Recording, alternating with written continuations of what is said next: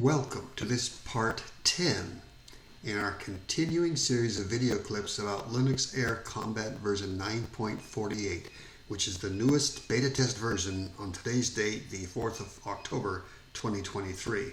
We've covered a lot of grounds here. We've got it working nicely, even got it working with an alternative menu system. But as you noticed, it's necessary so far to use a command line to activate the alternative menu system, and you have to know where it's stored in your file system. It's a little tricky to do it. We put it in our downloads area, LacMenuLauncher, and we know that the name there is LacMenuLauncher. And if you know all that and know how to, enter that folder with your bash shell, it's pretty easy to run it. But there are some steps we can take to make it easier and to get it integrated into the Linux menu system.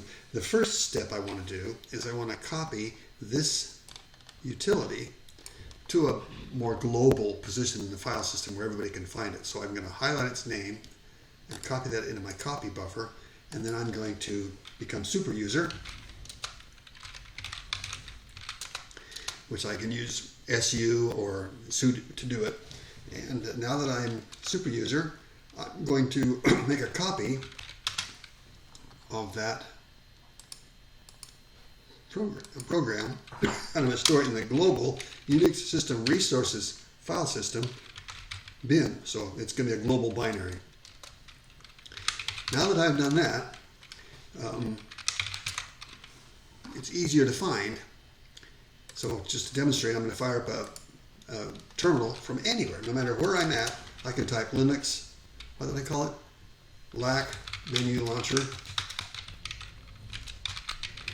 Doesn't matter where I am. I don't have to know where it is in the file system. It starts up. So that's the first step in making this easier to get to. We'll continue this with part 11 next.